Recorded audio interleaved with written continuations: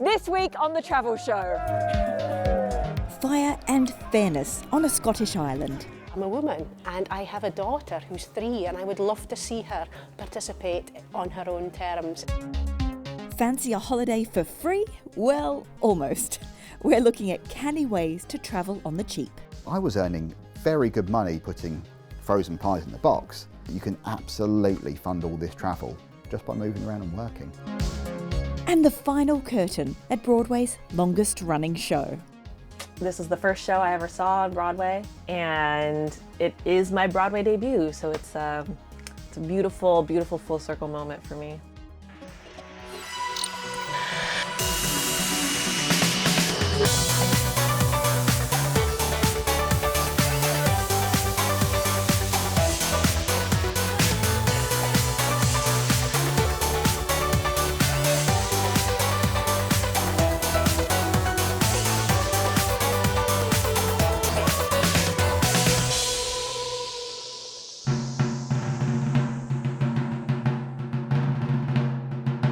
Sitting halfway between the Scottish mainland and Norway, the Shetland Islands have a unique combination of cultures.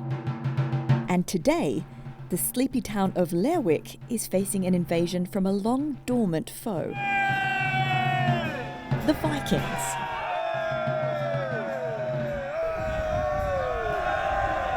So this is Uphelia. It's one of a number of Viking festivals that take place in Shetland every year. This one in Lerwick is the biggest. Uphelia is best known for its nighttime procession. Almost 1,000 people carry flaming torches through the streets, then set fire to a replica Viking ship. The day begins with a march through the town, led by the Jarl Squad, a group of around 60 locals kitted out in elaborate Viking garb. I mean, this is serious stuff. This is...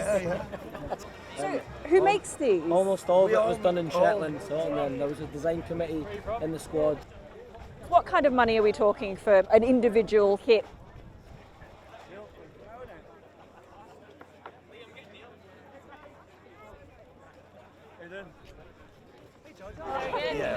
The Viking heritage of Shetland is something that most Shetlanders are incredibly proud of. A lot of the place names in Shetland are of Scandinavian origin, and you'll hear my accent is this kind of strange amalgam of Scots and Old Northern. Those are the roots of our language. Within the crowd, there are tourists from across the world. I live in a little town called Vernonia, Oregon, in the middle of nowhere. So here I am in the middle of nowhere here. The Norwegians are here. Got it. I love your costumes. But fundamentally, this is a local tradition. There are rules for who can take part, which is why 2023 is a big year for Uphelia, because it's the first time in the history of this beardy, testosterone-fueled festival that women can join in. I think it's probably fair to say that the reaction to the announcement was broadly positive, although probably some people still cherish the format of the festival as it was. Traditionally, women are the hostesses of the all-night parties that follow the procession. Claire has some sympathy for those who want to keep it all as it was. My husband has been in 9 Jarl squads now. He's a joiner, he's a craftsman. I think it's a shame to forget what pride and delight lots of people involved in making these suits and making this event happen, from the hostesses in the halls. You know, they do those things very, very well and they love it as it is. But I'm a woman and I have a daughter who's 3 and I would love to see her participate on her own terms. Women and girls have been taking part in other Viking festivals around Shetland for a few years, but the changes to Uphelia won't transform it overnight. Jarl Squad members are nominated 15 years in advance, so they'll mostly remain male for a while yet. But the changes will have an immediate impact on the junior Uphelia, which takes place right before the adult one. I'm on my way to meet one young torchbearer.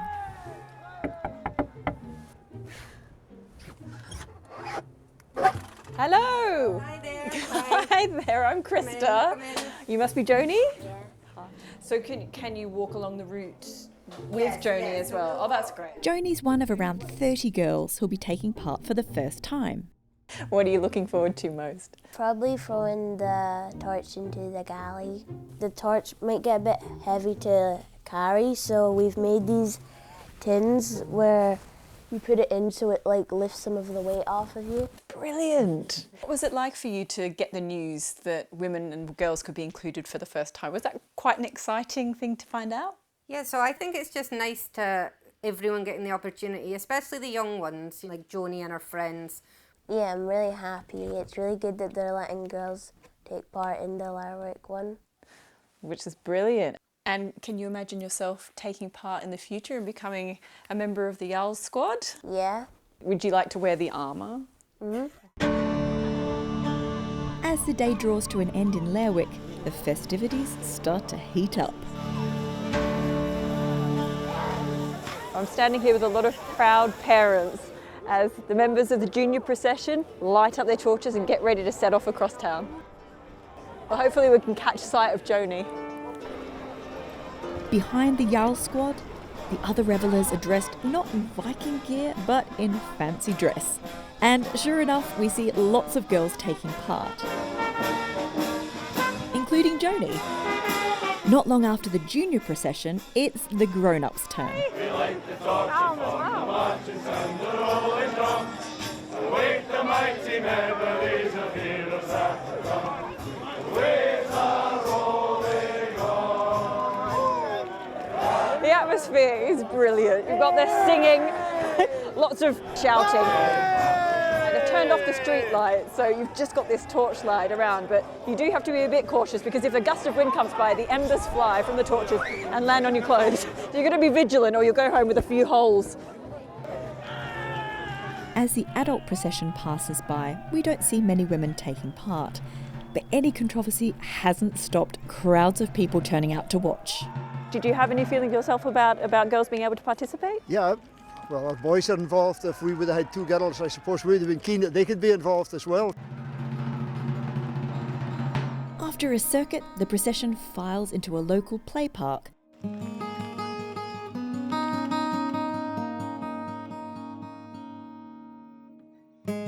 got the torches going in, I can see the Viking helmets, the galley going up in flame. The embers above just being blown around by this mad wind. It's this incredible experience. And who knows, maybe they'll make a Viking of me yet.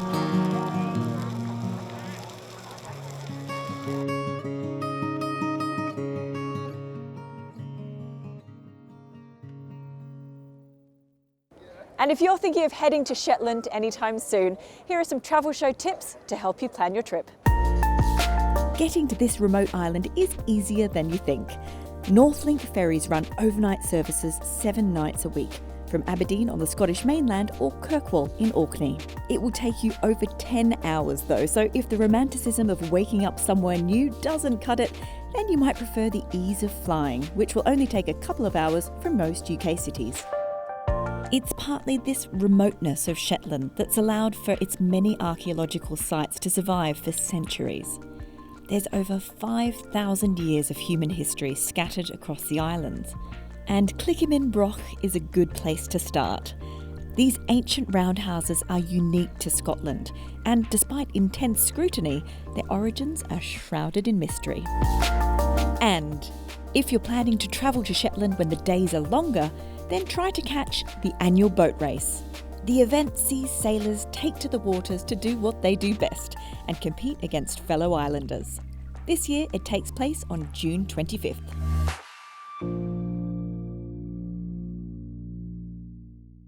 Well, do stay with us because still to come on the travel show. After 35 years and 14,000 performances, we bid a fond farewell to Broadway's Phantom of the Opera.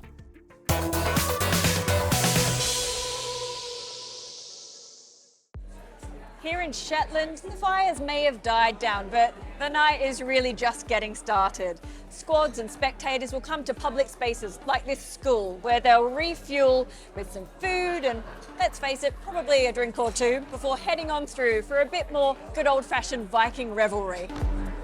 Around a dozen of these parties take place all around Lerwick. Got some Vikings on the walls, in case you forgot where you are. After the procession, squads of torchbearers visit each hall to perform a skit. And with more than 40 squads to get through, the festivities stretch well into the wee hours, with a bit of ceilidh dancing thrown in for good measure.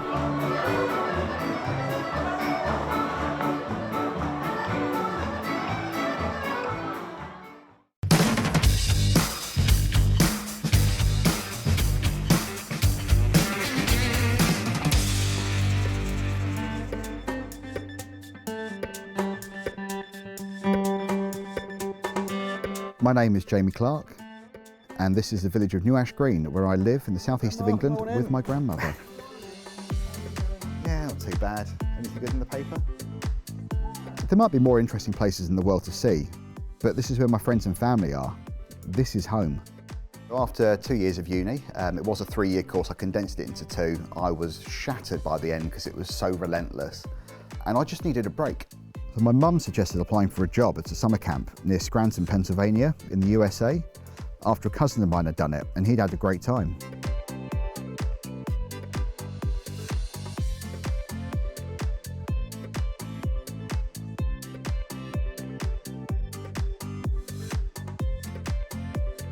I wasn't keen on the idea of working with kids, but it was a means to an end. Little did I know it'd be the making of me. The kids were absolutely amazing, and I got to reuse a lot of my filmmaking skills from university. We're creating a camp movie written by me. Here's the script for it that I've just put together.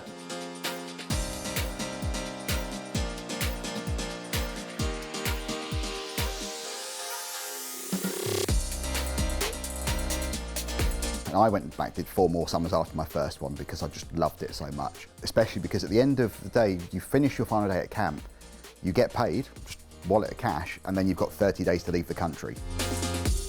First time I went out, I took a group tour because I was a bit nervous about travelling on my own, and I went from New York down to New Orleans with about 12 other people, New Orleans all the way across the south, so like Monument Valley, like we went to the swamps and saw alligators, and we got all the way to Vegas, a couple of days in Vegas, then Los Angeles, Hollywood. I got to see Hollywood for the first time. It was camp that paid for it all, basically.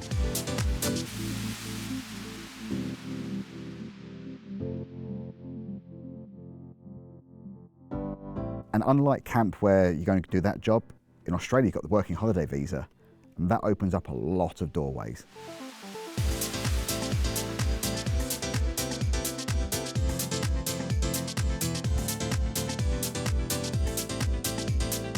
We were literally putting frozen pies in the box, just doing that 8 hours a day for really, really good money. I earned enough money to do some serious travelling. From the Red Centre to the Great Barrier Reef, seeing wildlife in its natural habitat, visiting several beautiful islands and beaches, and spending time in the cities on the coast. One of the big things about travel is that it does cost money, and this is where working becomes really, really important. When I go to America each year, I would pay agency fees, I pay for my flights. And that does involve a little bit of money, but maybe £400 or £500. And then you get paid much more than that over the course of the summer. If you just want to come home, you can just come home. You don't have to travel, but you're there. Why wouldn't you do it?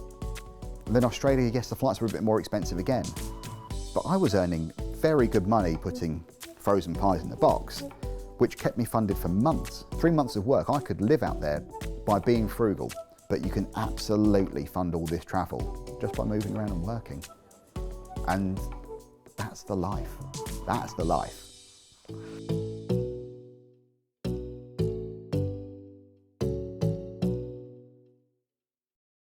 Right, next up we're off to Broadway, where it's saying goodbye to its longest running show.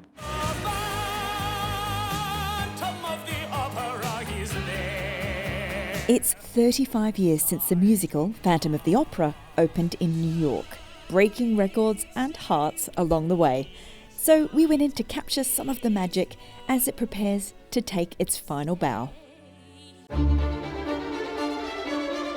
I still cry every time I see it. I'm a softie, what can I tell you?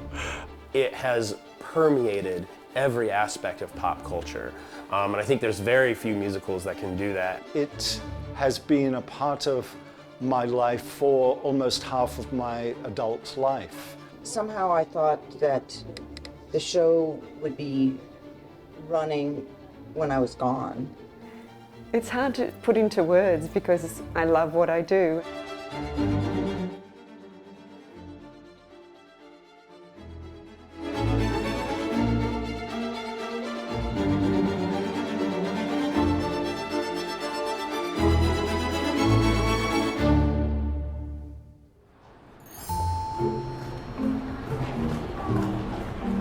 This is our working warehouse, and we're in New York. I'm not going to tell you exactly where, but we're in New York City, and this is where we keep all the spare costumes that we need to do fittings and stuff.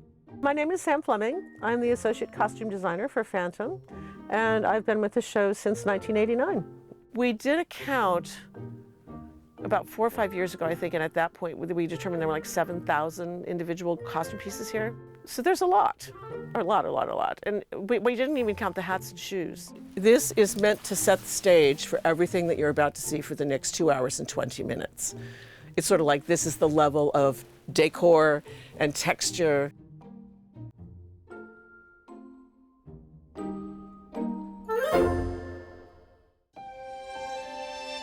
This is like a cage. So I have a lot of steel going around here.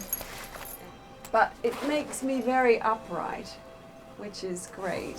There's definitely something that happens to you as a performer, you know, no matter what happens in the day. And once you start that process of getting dressed and putting your makeup on, and then you're standing in the wings and the orchestra starts, something just takes over and it all falls into place.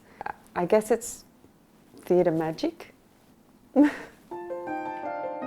I was actually just finishing another show, and I hadn't seen my daughter in a while, and then I got this audition from my agents, and I said, no, I don't want to do that. He stopped, and he turned around in his chair, and he said, Ben, if you don't do that audition, you will regret it for the rest of your life.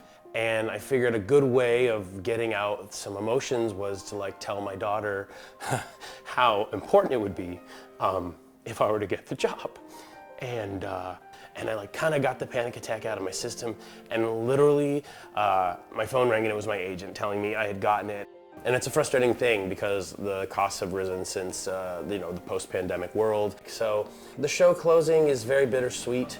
Welcome to the real Phantom Slayer. It felt like my years of studying and practice had paid off. This is the first show I ever saw on Broadway, and it is my Broadway debut, so it's a beautiful, beautiful full circle moment for me. It meant that for other people and for other, young Black girls who would come to see me or would see my face and see me playing this role, it meant that they could have a chance and they could see themselves playing a role like this too, and kind of affirming their hopes and dreams in a way that I didn't necessarily have growing up. When the Phantom first came to Broadway, it actually revolutionized the business. There was a spectacle that was never seen before. The whole package, I mean, the costumes, the music, the everything, it just comes together in a package that, to me, is very hard to duplicate. The Phantom happens to be my favorite show of all times. And I've seen the show probably 9 times. I plan to see it one more time before it closes.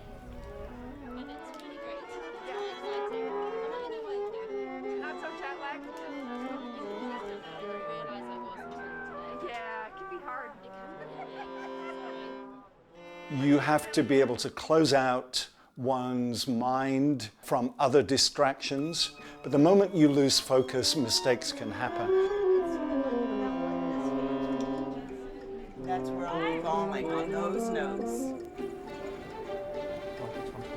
Spot. Go. The night starts in the day for me, usually. I'm incredibly, grateful and lucky to be doing what I love with this incredible group of people around. And I think if 17-year-old Greg had, known what was in store, I'm not quite sure he would have believed it. We've been through a lot with this chandelier over the years, but it's held up. All the circuitry is intact. We've never burned out one piece of wire. I hope she gets a place in a museum someday. Welcome to the Phantom. Keep moving. I'm working in this theater for 38 years. I started before the Phantom. I feel proud because working, meeting thousands of people every week in this theater from around the world. People know me sometimes by name.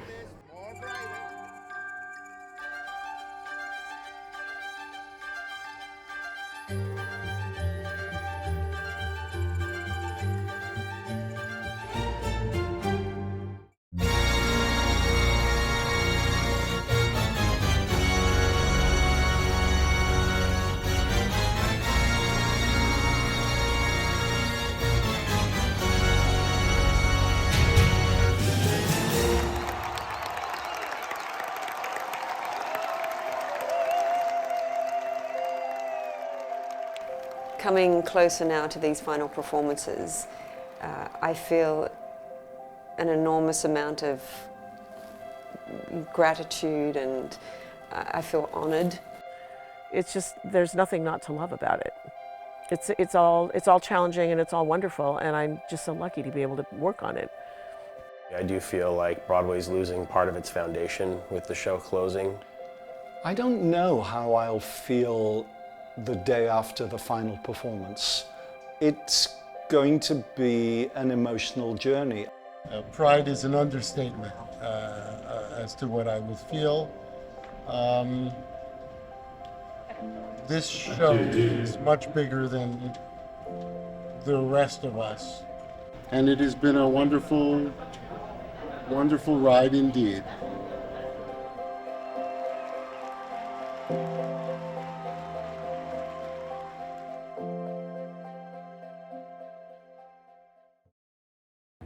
Well, that's it for this week's programme, but we'll be back before you know it. When?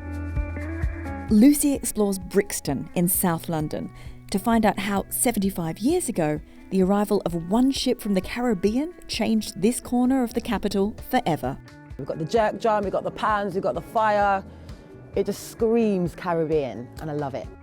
In the meantime, do follow us on social media where you'll find lots of great travel content from around the BBC. Right, for now, I'm off to find a little nip of whiskey to see if I can ward off this cold. We'll see you next time.